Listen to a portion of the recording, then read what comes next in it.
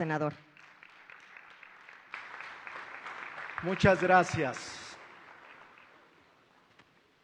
Saludo con respeto y aprecio a los poderes de la República y a los poderes del Estado. Al gobernador Rutilio, muchas gracias por su anfitrionía.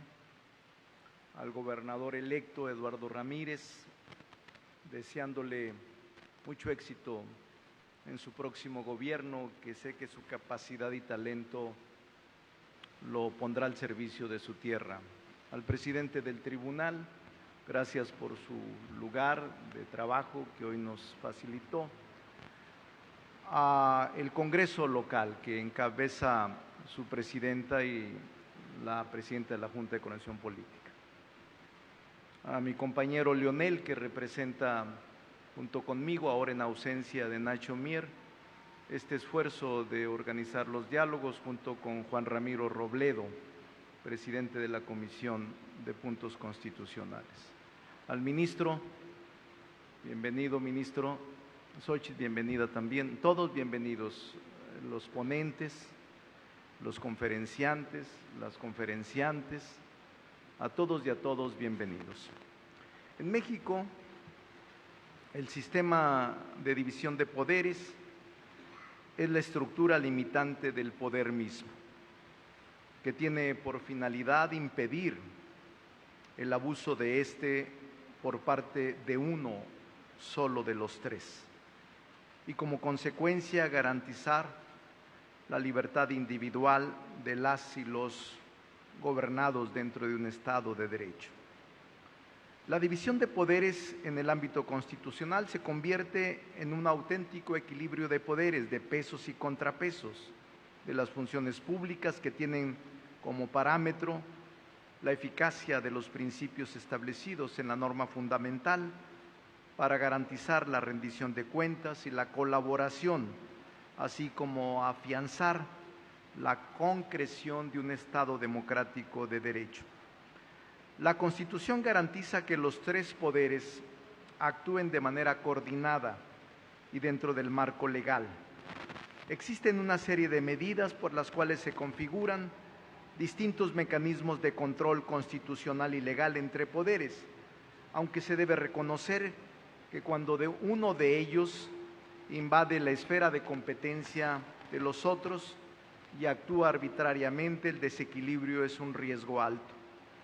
De ahí que el legislador, como lo expresara John Locke, establece la norma fundamental de todos los estados constitucionalistas, porque como premisa y como precisa Montesquieu, todo gobierno puede ser libre si observa la división de poderes, de modo que ninguno de ellos pueda predominar sobre los demás.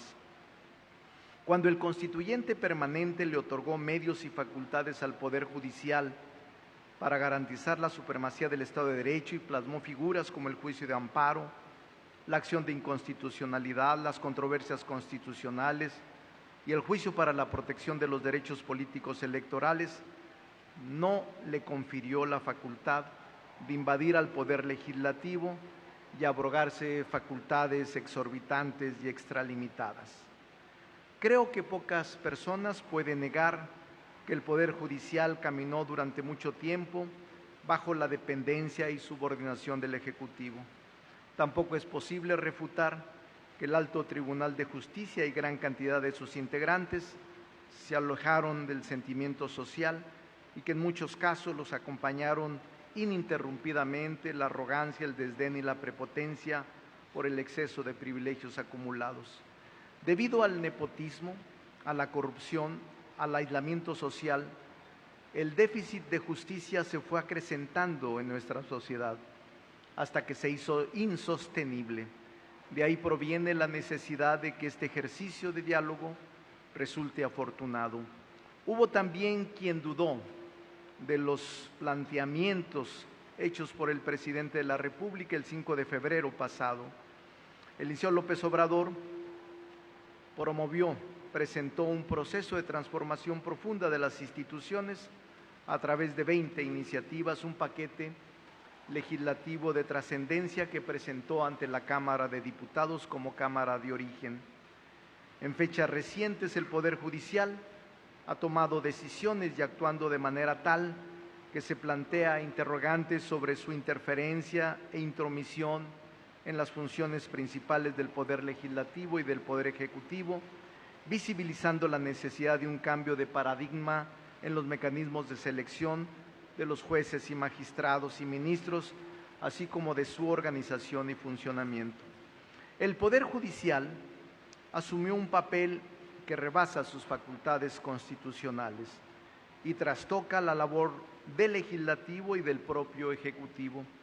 Anula decisiones de otros poderes, alegando vicios en el procedimiento, desencadena una lucha de interpretaciones en la sociedad y una percepción de desequilibrio en la división de poderes.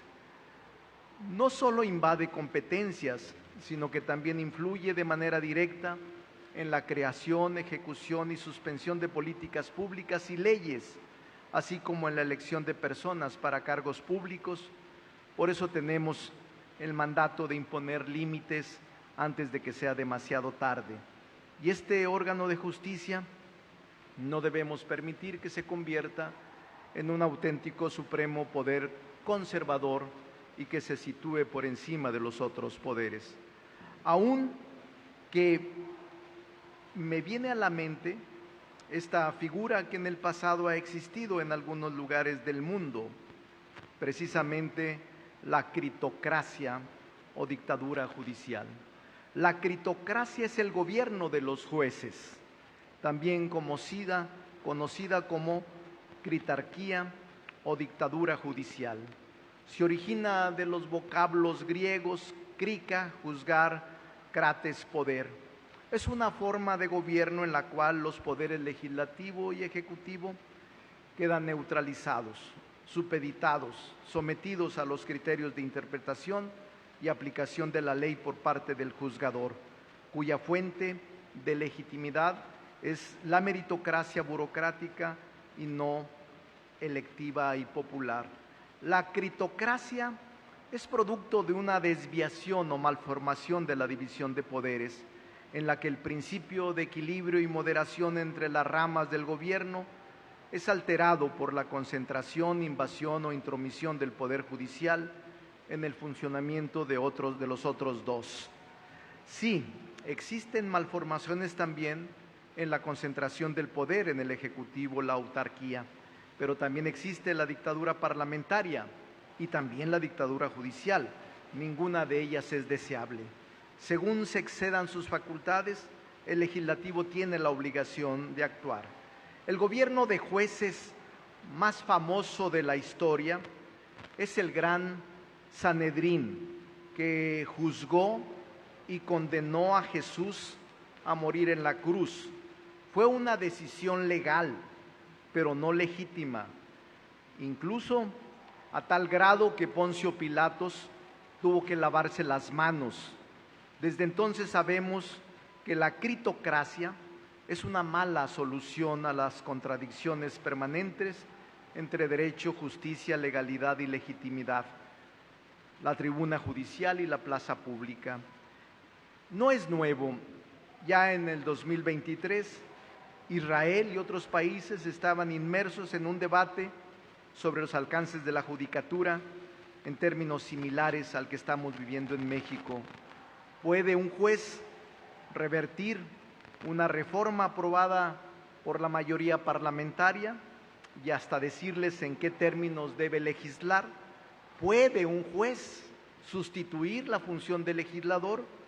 ¿Puede un juez frenar políticas públicas en beneficio colectivo? Esa y otras cosas se debaten a nivel internacional. La mejor vacuna contra la critocracia es precisamente la elección popular de los jueces, magistrados y ministros. Al compartir la misma fuente de legitimidad, el voto ciudadano, los tres poderes estarían homologados. Por eso me parece importante este ejercicio. Hoy el tema es división de poderes y a eso me he resumido y a eso me he limitado. Por eso cuando ayer escuché, ministro Lainez, a la ministra presidenta de exigir o plantear un diálogo al presidente de la República en funciones, al licenciado López Obrador, y a la presidenta virtual, Claudia Sheinbaum, ella omitió